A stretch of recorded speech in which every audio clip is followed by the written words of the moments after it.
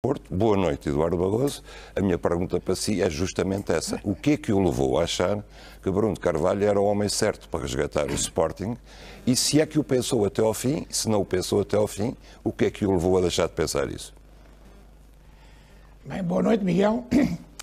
Eu quero dizer, em princípio, que subscrevo 90% do que tu disseste no início e fico muito satisfeito por ver uma pessoa com a tua inteligência e com a tua qualidade jornalística a dizer aquilo que é importante dizer em relação à prisão no domingo e ao falar e à presunção de inocência. Mas pronto, eu fico muito satisfeito.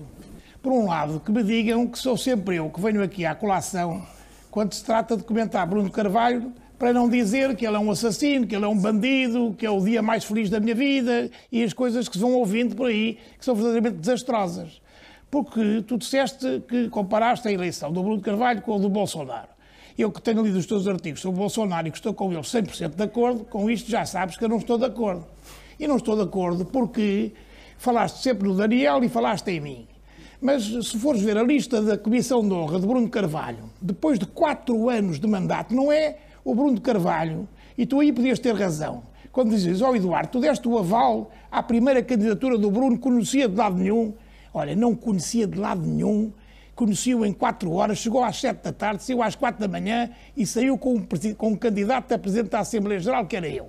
Portanto, aí foi uma loucura minha, gostei dele, gostei do seu entusiasmo, também o Sporting era uma tragédia, e aí podes dizer, foste imprudente.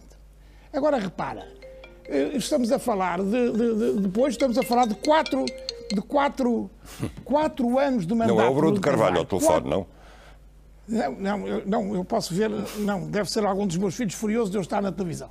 Mas o problema é este. Se tu fores consultar a lista de comissão de honra do Bruno de Carvalho, depois de 4 anos do primeiro mandato, 4 anos, Miguel, tu tens lá 500 pessoas, 500 nomes.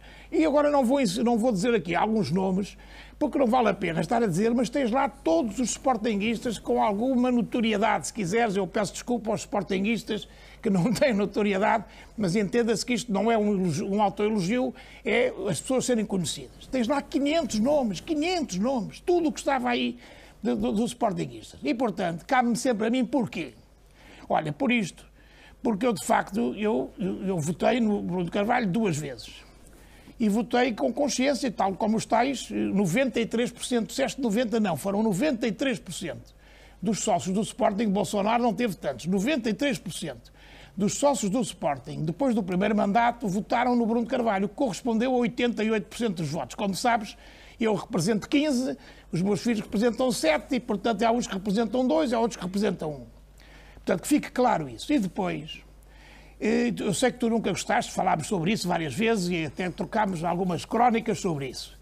Mas, se me disseres agora uma coisa, mas tu acreditas que o Bruno de Carvalho está inocente nesta acusação de ser o mandante? Claro que estou. Claro que será para mim uma grande desilusão, uma tristeza muito grande, por ele, pela família, pelo Sporting, por tudo o que está envolvido, se confirmar que, afinal, os 93% dos sócios do Sporting que dele votaram acabaram por votar numa pessoa que não merecia esse voto. Portanto, eu tenho ainda muita esperança de que Bruno de Carvalho não seja o mandante disto. Porque, se bem te lembras também, isto é importante que se diga, eu estava no Paquistão quando foi essa invasão de Alcochete, daquele ato inacreditável de violência, que tu muito bem disseste terrorismo, mas qual terrorismo? Enfim, não interessa agora discutir isso. Aquilo foi uma coisa lamentável.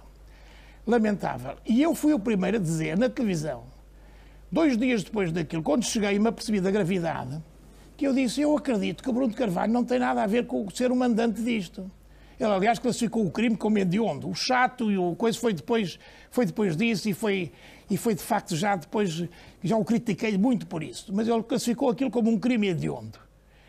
E eu disse que se ele fosse o mandante, eu achava que ele tinha que ser preso. Eu disse isso, não foi agora, foi há 6 meses. Porquê? Porque estava convencido de que ele está inocente. E ainda tenho essa esperança, eu tenho esperança de que o Bruno de Carvalho, de facto, não seja o mandante, tenho esperança porque lhe perguntei várias vezes e sou convicto de que ele me disse a verdade. Agora, se de facto se provar que ele foi o mandante daquele ato, que foi um ato, para todos os efeitos, absolutamente hediondo, como ele disse, ele vai pagar por isso e eu tenho pena por ele. Dr. Eduardo Barroso, e quais serão as consequências para o Sporting se provar que Bruno Carvalho foi, de facto, o mandante do ataque em Alcochete? Consequências para o Sporting? Que consequências? Do ponto de vista da parte económica relacionada com a rescisão dos jogadores. Não, mas isso é a rescisão dos jogadores. Já só há 4 jogadores. Repare uma coisa, eu penso que não há qualquer relação. Os jogadores aproveitaram-se daquele ato para fazer uma rescisão, porque de facto pensam neles próprios e pronto, e alguns já voltaram atrás. Eu mandei uma mensagem ao Rui Patrício na altura, fico muito contente que ele tenha composto a situação, mas eu penso que não há relação direta entre a justa causa e o facto de ser ou não ser o presidente o mandante. Não há qualquer relação, até porque ele já não está lá. Se de facto foi por causa do presidente e ele foi o mandante, então os jogadores devem voltar todos, querer voltar todos, porque agora já temos um novo presidente e já não temos Bruno de Carvalho. Portanto, não há qualquer relação. Repara uma coisa, para atacar Bruno de Carvalho há muita gente. Houve até sportinguistas que disseram que isto foi o dia mais feliz da vida deles. Eu acho isto inaceitável, porque gosto ou não se gosta de Bruno de Carvalho, e gosto ou não se gosta do presidente, do que foi o presidente do Sporting, nós todos, mesmo aqueles que votaram nele com convicção, que foram 93% daqueles, na altura, fui eu que fiz essas eleições. Não fui eu que fiz essas eleições. Eu fui o Presidente da Assembleia Geral quando ele teve 53% contra o Conselho. E depois fez um trabalho tão bom em 4 anos, com os seus defeitos, com as suas virtudes, tão bom ou tão mau, que de 53% passou para 93% de sócios a votar nele, o que correspondia a 88% de votos. Portanto, quer dizer, ele enganou todos os sportinguistas. Claro que não, o problema é que ninguém esperava. E eu penso, para já, ninguém pode criticar uma coisa.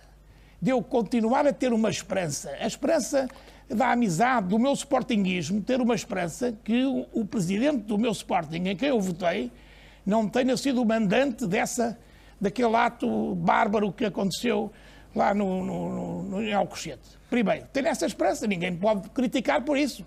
Dr. Eduardo Barroso, ficamos então com essa sua esperança na inocência de Bruno de Carvalho. Agradeço o seu testemunho e a entrevista aqui neste Jornal das 8. Uma boa noite para ir para o Porto. Boa noite, Eduardo. Então, boa noite para si.